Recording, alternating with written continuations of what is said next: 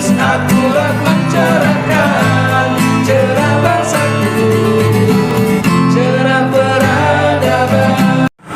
Sahabat Arus News, berawal dari kedatangan petugas P2TL PLN Pondok Gede yang berhasil kami himpun informasi ini melalui staf TU Yayasan Ismatul Ar-Rahman. Keenam orang P2TL petugas Pondok Gede ini menyambangi TK sekolah ternama di wilayah Jati Sampurna. Mereka menuduh ada dugaan pencurian listrik yang terjadi di TK IT tersebut, sehingga mereka bersama-sama dengan 6 orang itu melakukan opal, namun tidak dibarengi oleh petugas dari kepolisian Pamofit yang seharusnya secara SOP saat opal dilakukan ditemani oleh rekan petugas dari kepolisian Pamofit.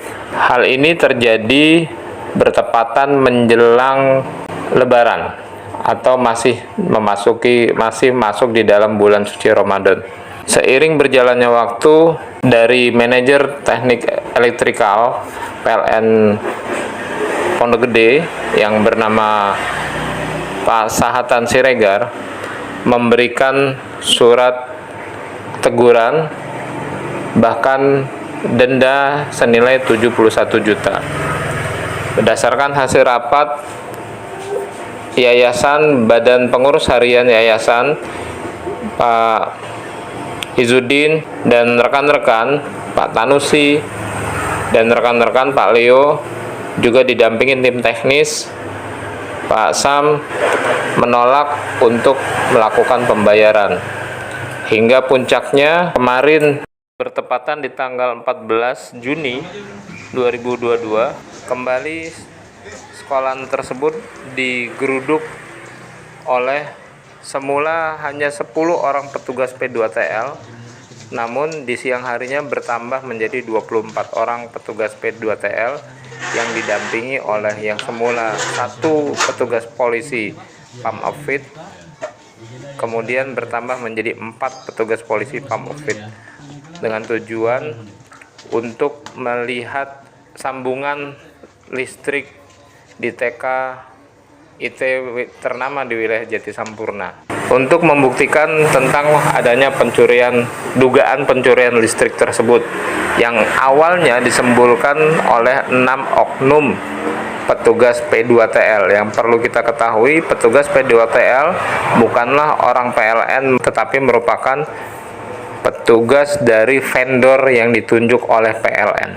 Hasil pemeriksaan yang dilakukan oleh petugas P2TL yang didampingi oleh Pak Ridwan Lesmana dari PLN Pondok Gede, yang semula tim leader dari P2TL menjanjikan Pak Sahatan Siregar akan turun langsung, tetapi ternyata dirinya enggan untuk turun, maka diminta oleh Ridwan Lesmana untuk mendampingi petugas P2TL.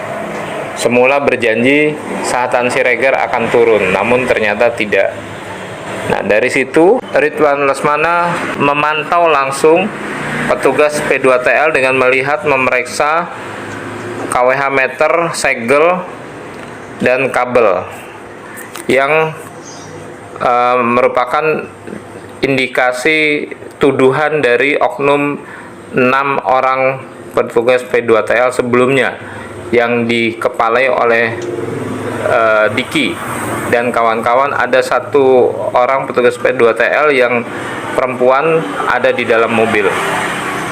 Hasil kesimpulan dari hal tersebut, maka Pak Ridwan Lesmana mengajak yayasan untuk berunding dan memberitahukan bahwa dugaan adanya pencurian listrik ini dari jenis kabel yang berbintik-bintik dan bergaris, dan yang telah disegel oleh oknum petugas P2TL sebelumnya yang datang menjelang Lebaran Idul Fitri. Namun oleh Samsudin selaku tim teknis yang ditunjuk langsung oleh Yayasan Ismatul Ar-Rahman, maka dinyatakan sangat tidak mungkin adanya pencurian, sedangkan kabel yang diduga tersebut begitu dites menggunakan alat tes pen tidak ada setrum yang keluar sama sekali.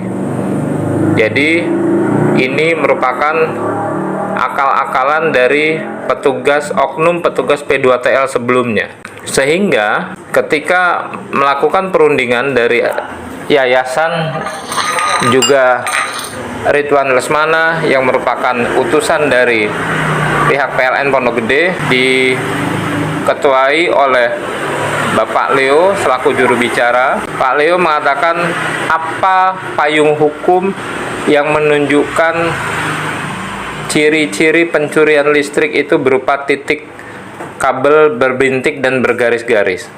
Ternyata Ridwan Lesmana tidak bisa menunjukkan payung hukum apakah itu berdasarkan SK direksi atau yang lainnya. Perlu diketahui sahabat Arus News, petugas P2TL tersebut merupakan dari vendor yang lebih dikenal dengan PT GBL. GBL itu singkatan dari Graha Bara Lestari. Demikian informasi ini kami sampaikan tim Arus News bersama sahabat Arus News. Semoga bermanfaat dan untuk Kementerian BUMN untuk bisa menindaklanjuti dugaan kecurangan tersebut. Terima kasih, salam Arus News akurat dan mencerahkan. Makanya saya dulu ada konektor nggak, garis nggak ada. Yang pertama ada kiri. Sejarah dahulu juga ya? Oh, lama banget gue. Apa juga kan?